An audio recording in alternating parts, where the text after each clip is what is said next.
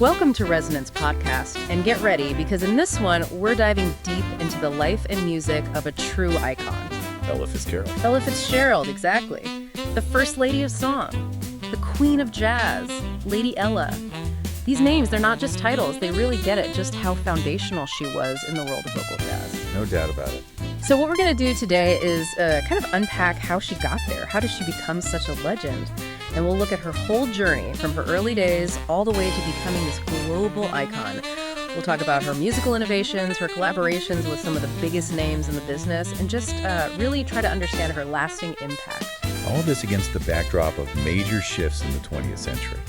You know, her story, it's both musically brilliant and personally inspiring. You can't help but admire her strength. Absolutely, and she really did come from, well, kind of humble beginnings. Resonance Podcast, if you like the content, please consider liking and subscribing.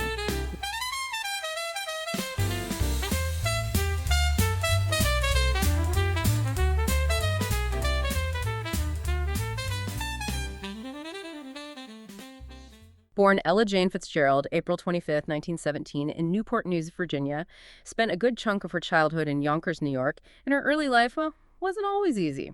No, not at all. Her parents separated when she was very young, which, led to some instability. Yeah, she lived with her mother, Temperance, or Tempe, as she was known, and her half-sister, Frances. They were really close throughout their lives. But the family definitely faced financial difficulties. I mean, Tempe worked as a laundress. Her partner, Joseph, he had a bunch of different jobs, ditch digging, sometimes a chauffeur. And Ella herself, even at a young age, she was contributing to the family income with small jobs. Yeah, it gives you a sense of just how tough things were economically. It does, and it makes her success later on all the more impressive. But, and this is pretty interesting, despite becoming this globally famous vocalist, her first passion actually wasn't singing. It wasn't? No, it was dancing. Really? Wow. Yeah, she was totally captivated by the Harlem dance scene in the late 20s. You know, the energy, the artistry, the moves, it all really drew her in. She'd spent hours at places like the Apollo Theater watching those incredible dancers. And while she did participate in some music activities in school, singing wasn't like her main focus. So that makes her subsequent success as a singer, that's all the more remarkable. Definitely. And things started to change for her, musically speaking, in 1934. She was just 15 years old. That's when she entered the amateur night competition at the Apollo Theater in Harlem. The Apollo. Wow. The Apollo. And you know what's crazy? She actually went there intending to dance, but then something shifted. Maybe it was nerves. Maybe she saw another dance act that made her think twice. But whatever it was, she ended up singing instead. What did she sing? She sang Judy and The Object of My Affection. Those were songs popularized by Connie Boswell from the Boswell sisters. Oh, wow. I see the connection. And guess what? She won. Took home the $25 prize, though apparently the promised week-long performance that usually came with winning, that didn't materialize.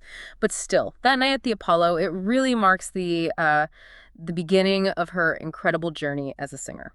It's pretty amazing when you think about it. In her early musical development, you can hear the influences. She was listening to, admiring, learning from some of the greats like Louis Armstrong and Bing Crosby. Absolutely.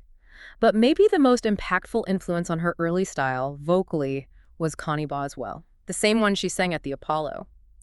Ella would spend hours at home listening to Boswell sisters' records, trying to imitate Connie's harmonies, that distinctive vocal style. You can definitely hear those influences in Fitzgerald's early recordings, that innovation in the vocal arrangements, the rhythmic experimentation, it's all there. Like she was doing a musical apprenticeship, but just by listening and absorbing. And then, 1935, another pivotal moment, she meets Chick Webb. Chick Webb. Now, he was a big deal, right? Drummer, band leader. Huge. So after a performance with the Tiny Bradshaw Band at the Harlem Opera House, she's introduced to Webb. And the story goes that at first he was a little hesitant, maybe because of her appearance, but... It's unfortunate that that even played a factor. But it is. But thankfully, he gave her a chance. She ended up performing with his band at Yale University. And that must have been a pretty impressive performance. It was. He offered her a job as a singer in his orchestra right then and there. Talk about a break. Yeah, a huge one.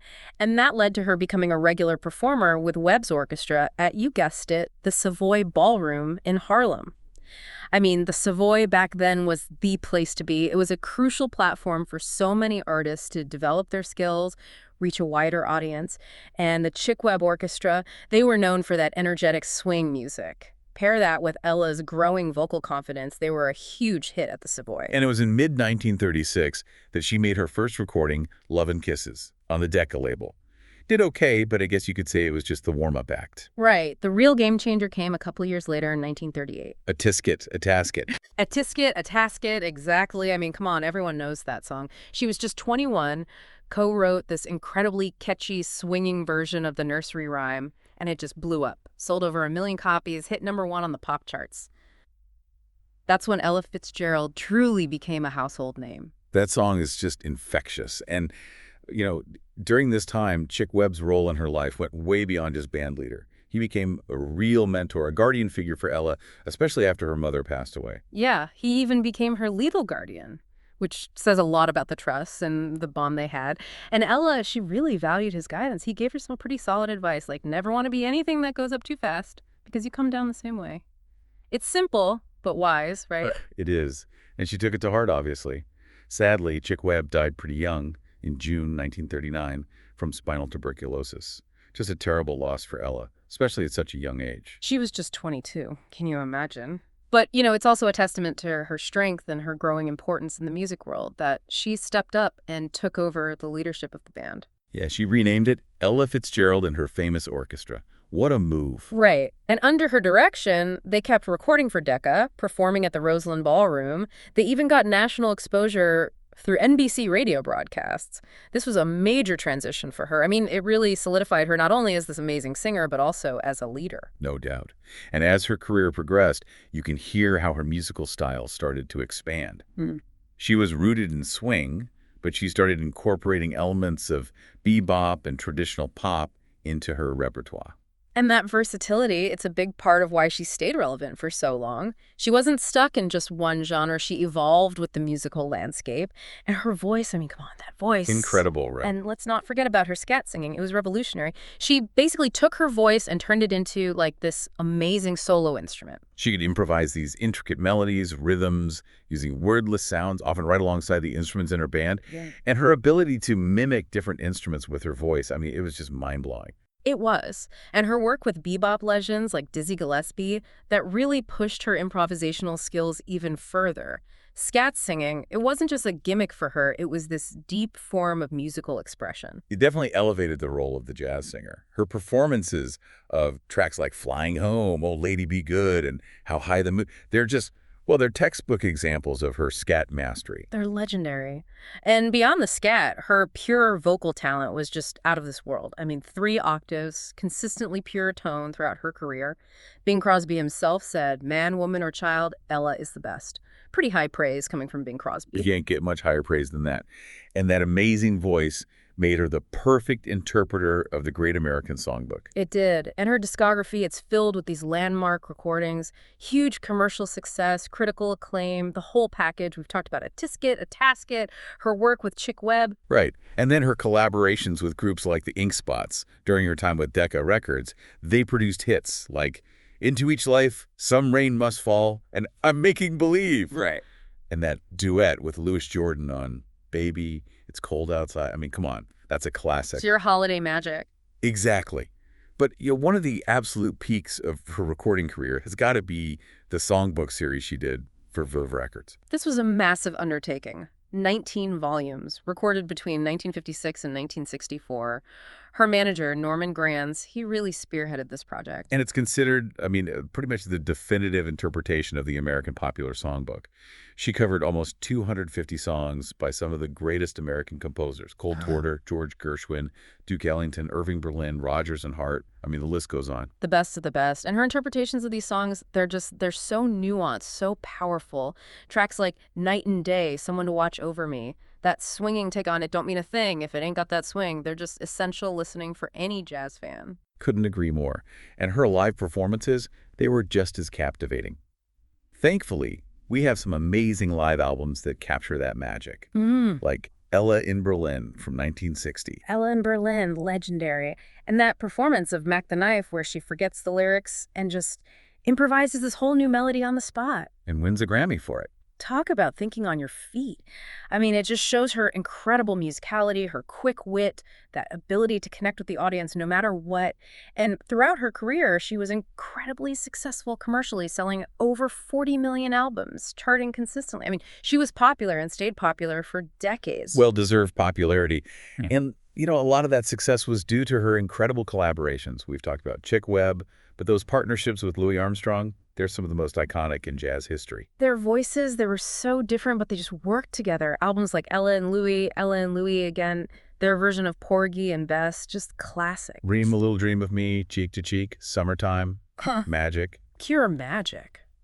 And her collaboration with Duke Ellington on the Duke Ellington Songbook, another high point. Yeah, her interpretations of his compositions, so sophisticated, so full of life. I mean, her take on, it don't mean a thing if it ain't got that swing. Yeah. It just makes you want to get up and dance. Absolutely. And then there's her work with Dizzy Gillespie in the mid-40s, so important in her exploration of bebop. And that further evolution of her scat style. Exactly. And the collaborations with Count Basie, two giants of swing music coming together. So much energy in those recordings. Yeah. And later in her career, working with Joe Pass, the guitarist. Oh, those albums, Take Love Easy, Easy Living, they're just beautiful. Her voice is so intimate, so nuanced in that more stripped-down setting. And Ella Fitzgerald, she was more than just a musician. She played a real role in breaking down racial barriers in the music industry and beyond. Absolutely. The story about Marilyn Monroe getting her booked at the Macombo, which was a segregated club in Hollywood at the time. I mean, that's just one example. Marilyn Monroe was a fan and used her influence to make sure Ella got the opportunity to perform there. It was a huge boost for Ella's career. And her manager, Norman Granz, he was a fierce advocate for civil rights, worked hard to desegregate venues during those jazz at the Philharmonic tours, made sure black musicians were treated equally. And she was recognized for her talent and her contributions in so many ways. Praise. 13 Grammy Awards. She was the first African-American woman to win a Grammy. Then you have the Kennedy Center Honors, the National Medal of Arts, the NAACP's President's Award, the Presidential Medal of Freedom. I mean, the list goes on. It's an incredible legacy, and it's all the more impressive when you consider where she came from. I mean, she had a tough childhood. Her father left when she was young. Her mother died when she was just 15. Yeah, she lived with her stepfather for a while, then her aunt in Harlem. And during her teenage years, she got caught up in some risky stuff, numbers running, things like that. She was even sent to a reform school, the New York Training School for Girls, apparently for truancy and for being, quote-unquote, ungovernable. And conditions at those places back then, they were often pretty harsh, segregated too. And she eventually escaped, ended up homeless during the Depression. I mean, it's hard to imagine what that must have been like. It really is, and it's such a contrast to her stage persona, because on stage she was confident, radiant, but off stage people said she was quite shy, self-conscious about her appearance. It's a good reminder that, everyone's dealing with something behind the scenes. And she was married twice, briefly to Benny Cornegay, and later to the bassist Ray Brown. They adopted a son together, Raymond Brown Jr. It's all part of the full picture of this incredible woman. And at the end of the day, Ella Fitzgerald's contributions to music, to American culture, they're just immeasurable. She more than earned the title the First Lady of Song. Her artistry, her innovative scat singing, her interpretations of those timeless songs, it's all still so influential. And her voice, well, it's a gift that keeps on giving, inspiring generations of musicians and listeners. This is Resonance Podcast. Thank you for stopping by. Please like and subscribe if you like the content. Thank you. Goodbye.